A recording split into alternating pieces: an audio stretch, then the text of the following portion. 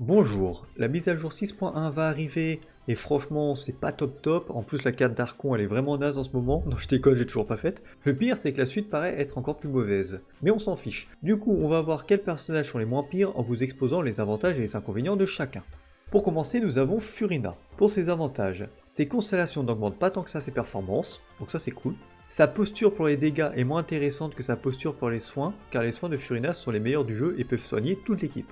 Elle peut changer de posture via une attaque chargée, donc ça c'est agréable. Sauf que ce que vous ne savez pas, c'est qu'en réalité, c'est la véritable Archon Hydro. Et en plus, elle adore manger des pâtes. Les grands esprits se rencontrent, on dirait.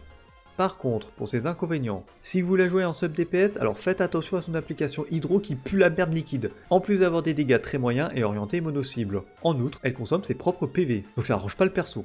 L'élément Hydro n'est pas très bon en ce moment, ça ne l'aide pas, d'ailleurs il n'a jamais été bon. Sa compétence a une durée plutôt courte en plus d'avoir un temps de rechargement très long. Les bonus de dégâts fournis par Furina à l'équipe ne sont pas si énormes. Elle est plutôt niche, elle préfère les équipes où elle peut soigner. Donc si vous préférez jouer un bouclier, elle sert à rien. Elle peut marcher non pas sur l'eau, mais sous l'eau. Donc c'est une sorte de Jésus à l'envers. J'aime bien cette blague. Elle est gourmande sur le temps déployé sur le terrain et pas que, le temps d'installer le matos pour soigner, tout ça. Furina avait pour projet de domestiquer Neuvillette, qui est un dragon, mais maintenant qu'il lui a donné un œil divin, les rôles se sont inversés et elle n'a rien capté. Ensuite nous avons un autre dragon, quel hasard, le Zong. Au niveau de ses avantages, la pétrification de son déchaînement est très longue, c'est parfait pour faire une pause pipi. De plus son temps d'animation est l'un des plus courts du jeu.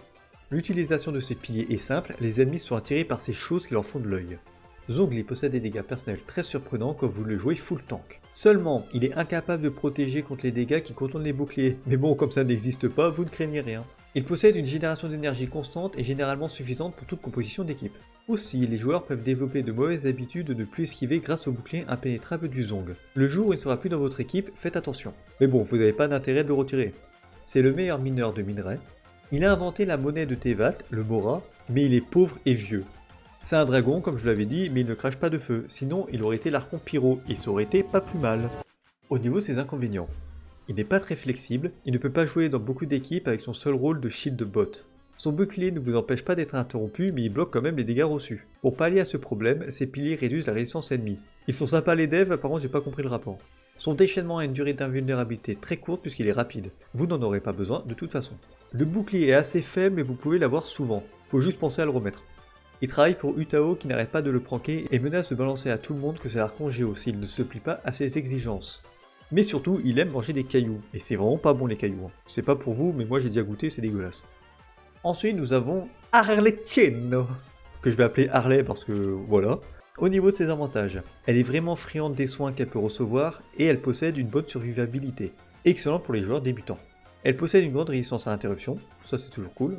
Il n'y a pas besoin d'avoir de super armes dans sa box pour que ses dégâts soient monstrueux. C'est une fatui et on aime les méchants. Enfin méchants vite fait. Pour ses inconvénients, ses dégâts personnels sont plutôt nazes par rapport aux autres DPS pyro, Yoimiya restant la meilleure de son élément. Elle a une composition d'équipe assez stricte, à savoir Xingyan, Sigewinne et Faruzan. Autant vous dire que si vous n'avez pas un de ces trois personnages dans votre équipe, ça sert à rien de jouer Harley. La plupart de ses dégâts proviennent du déchaînement et ils coûtent beaucoup d'énergie. Elle possède de bonnes constellations mais il faut mettre de l'argent dans le jeu, alors ce n'est pas un avantage.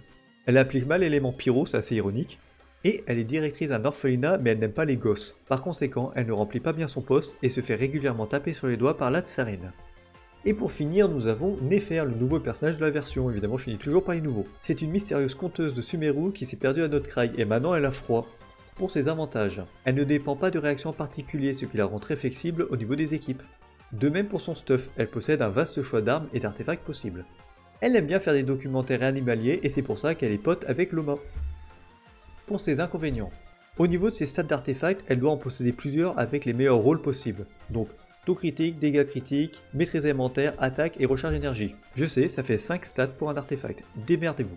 Elle est extrêmement mauvaise pour le multi-cible et encore, même le mono-cible c'est limite. Ses dégâts ne sont vraiment pas à la hauteur pour un 5 étoiles.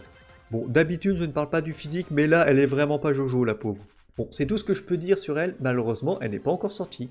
Et voilà, j'espère que cette vidéo n'aura aucune incidence sur vos invocations futures. Ne me remerciez pas, c'est tout naturel. Allez, ciao!